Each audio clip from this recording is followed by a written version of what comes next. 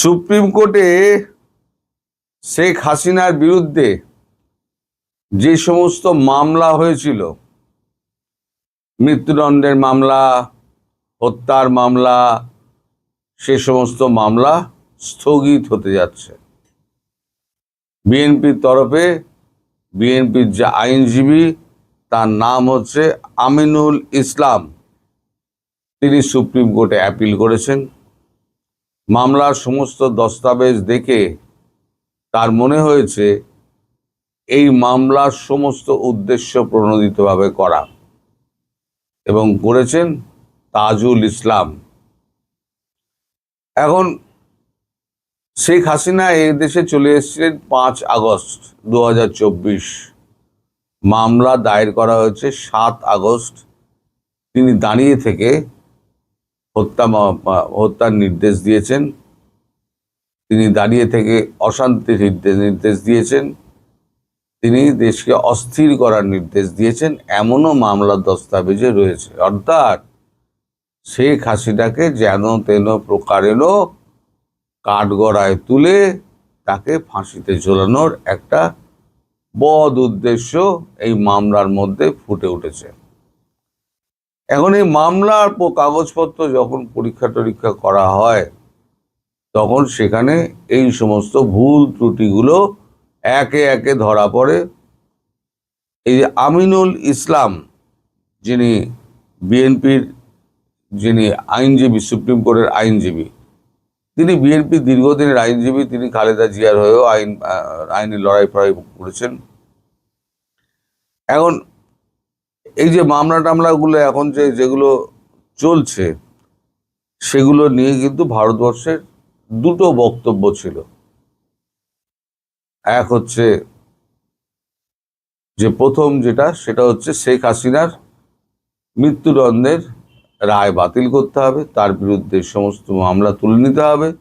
2 হচ্ছে তাকে রাজনৈতিক প্রচার এবং রাজনৈতিক কর্মকাণ্ডে অংশগ্রহণ করার একটা সুবিধাজনক অবস্থান তৈরি করে দেওয়া। এখন পল কাপুর আপনার দেশে গিয়েছেন, তার আগে তিনি ভারতবর্ষে ছিলেন। পল কাপুরের সঙ্গে ভারতবর্ষের উচ্চ নেতা কারোর সঙ্গে কথা হয়নি। আমাদের ফরেন মিনিস্ট্রির একজন ডেপুটি সেক্রেটারির সঙ্গে তার কথা হয়েছে। মানে ভারতবর্ষ আমেরিকাকে আর অত হাতে গুনছে না, যে এসছে একেবারে জয়শঙ্কর পাশাপাশি সঙ্গে সঙ্গে বসে বললেন, একেবারে হাতে হাত মিলিয়ে বসছেন না। বিক্রম মিশ্রিও বসছেন না। ডেপুটি সেক্রেটারি, তার সঙ্গে আলোচনা হয়, তাকে দিয়ে সমস্ত বলিয়ে দেওয়া হয়েছে। তিনি আরো একটি বার্তা নিয়ে এসেছিলেন ট্রাম্পের পক্ষ থেকে, যে পৃথিবী এখন অশান্ত, এই অশান্ত পৃথিবীতে ভারতবর্ষ যেন দক্ষিণ এশিয়াকে শান্ত রাখে, এবং ভারতবর্ষ কোনো প্রকারেই যেন এই যুদ্ধে অংশগ্রহণ না করে। কারণ আমেরিকা খুব ভালো করে জানে যে দুটো যুদ্ধে প্রমাণিত হয়ে গিয়েছে, একটা হচ্ছে পাকিস্তান যুদ্ধ, একটা হচ্ছে ইরান যুদ্ধ, যে চাইনিজ যে সমস্ত ডিফেন্স আছে এবং আমেরিকান যে সমস্ত ডিফেন্স এডি সিস্টেম আছে, মিসাইল ফিসাইল আছে, সেগুলো কিন্তু কাজের কাজ নয়। আমেরিকা বা চায়নার তো ব্যান্ড বেজে গেছে, চায়না আর কোথাও কিছু বিক্রি করতে পারবে না। দুটো দেশে তার ব্যান্ড বেজে গেছে একবারে। একটা হচ্ছে ইরান, আর হচ্ছে পাকিস্তান। ইরানের ব্যান্ড বাজিয়েছে হচ্ছে নেতানিয়াহু, আর পাকিস্তানের ব্যান্ড বাজিয়েছে ভারত। ফলে চায়নার আর ইকুইপমেন্ট মানে অস্ত্র আর বিক্রি টিক্রি হবে না, চায়নার মাথায় হাত, এবারে আর কেউ কিনবে না। এখন এই যে ভারত পাকিস্তানের সঙ্গে যে যুদ্ধ করেছিল না, ভারত 40%, তার যা ক্যাপাসিটি আছে, অস্ত্রের ভান্ডারের যে ক্যাপাসিটি, তার মাত্র 40% ব্যবহার করেছিল। আর ইসরায়েল ফুল ফ্লেজেডলি চালাচ্ছে, তার সর্বশক্তি দিয়ে ইরান মারছে। ইরানের যা সর্বশক্তি আছে সেই সর্বশক্তি দিয়ে ইসরায়েলকে মারছে, মানে মধ্যপ্রাচ্যকে মারছে। তাহলে ভারত যদি 40% শক্তি যদি দেখায়, 60% শক্তি যদি লুকিয়ে রাখে, তাহলে সেই 60%টা কত মারাত্মক হতে পারে সেটা কিন্তু আর কেউ না হোক মালিক কিন্তু বুঝতে পারছেন।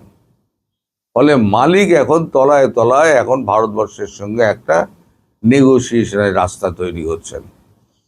এই যে এতদিন ধরে বলা হচ্ছিল রাশিয়া থেকে আপনারা তেল নেবেন না, আপনারা তেল নেবেন না, 200% ট্যারিফ, 500% ট্যারিফ, এখন কিন্তু আর ট্যারিফের গল্প নেই।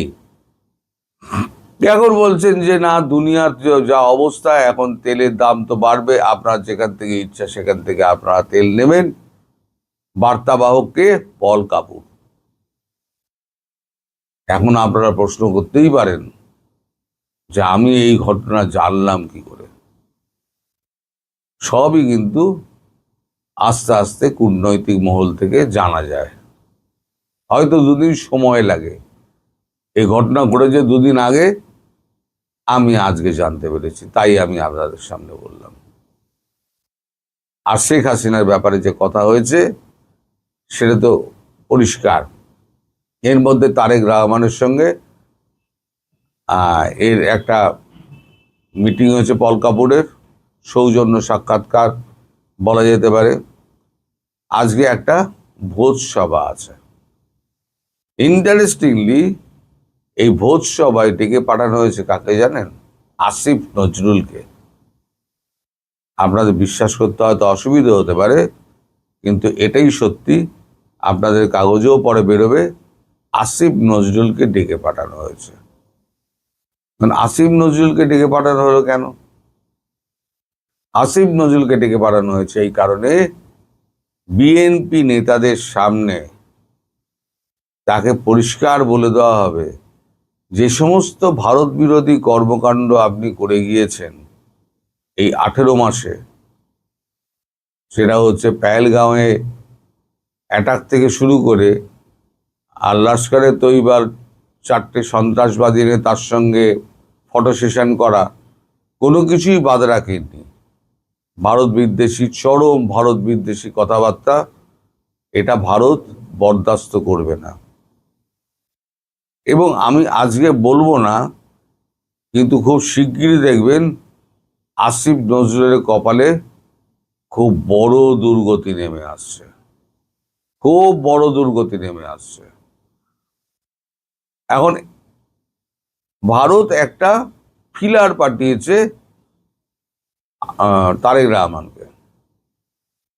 যদি সুসম্পর্ক থাকে ভারতের সঙ্গে, তাহলে ইউএস এর সঙ্গে যে ট্যারিফ নিয়ে যে গন্ডগোলটা চলছে এবং চুক্তি নিয়ে যে গন্ডগোলটা চলছে, সেই গন্ডগোলটা সম্পর্কে ভারত কিন্তু মাথা গলিয়ে একটা সাম্যতা আনতে পারে এবং একটা সমঝোতায় আনতে পারে।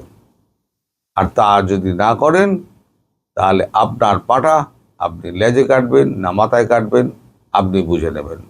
তাছাড়া আপনাদের কাছে টাকাও নেই যে টাকা দিয়ে আপনারা দেশ চালাবেন। আমি বহুদিন আগে একটা কথা বলেছিলাম যে ভারতের কথা, ভারত বা এই অবস্থা থেকে বাঁচাতে পারে একমাত্র ভারত এবং একমাত্র ভারত। আজকে আমার কথা কিন্তু প্রতিষ্ঠিত হতে যাচ্ছে। আপনারা ওয়েট করুন। এই শেখ হাসিনার ব্যাপারটি নিয়ে যেটা বললাম, মামলা স্থগিত হতে যাচ্ছে, এটাও বেরোবে কাগজে আপনাদের। আসিফ নজরুলের ব্যাপারটাও আপনাদের কাগজে বেরোবে, এবং ভারত যে অফারটা দিয়েছে সেটাও কাগজে বেরোবে। কোনোটাই কিন্তু আমি আগে বলে দিই, 2-4 দিন বাদে আপনাদের কাগজে বেরোয়, তখন আপনারা ভুলে যান যে আমি কি বলেছি। তো যাই হোক, এখন আপনারা যারা বহুত দিন অপেক্ষা করছিলেন যে শেখ হাসিনার মামলা কবে উঠবে, তিনি দেশে কবে ফিরবেন, সেই সম্পর্কিত ছোট তথ্য আপনাকে দিলাম। কিন্তু পল কাপুরের সঙ্গে শেখ হাসিনার কি কথা হয়েছে, আপনাদের এই বাঙ্গু মুমিনদের জন্য আমি সেগুলো আপনাদেরকে আর বলবো না। আপনাদের ওগুলো অজানাই থাক। আপনারা কিছু অজান্তে কিছু কাজকর্ম দেখুন, আপনাদের বলে কোনো লাভ নেই। আপনারা হলেন একটি অশিক্ষিত, ওই মুমিনদের কথা বলছি, অশিক্ষিত জাতি, কুশিক্ষায় অশিক্ষা জাতি। তাদের জন্য বলে আমি আমার সময় নষ্ট করব না। যাদের দেখার তারা দেখবেন, যাদের দেখার নয় তারা দেখবেন না। এবার আপনাদের যা ইচ্ছা, গুজববাজ বলুন আর গাঁজাবাজ বলুন, যা বলুন বলুন। সবাই ভালো থাকবেন, সুস্থ থাকবেন, সাবধানে থাকবেন এবং কাগজের দিকে নজর রাখবেন যে 3টে পয়েন্ট বললাম, এই 3টে পয়েন্ট 3-4 দিনের মধ্যে আসে।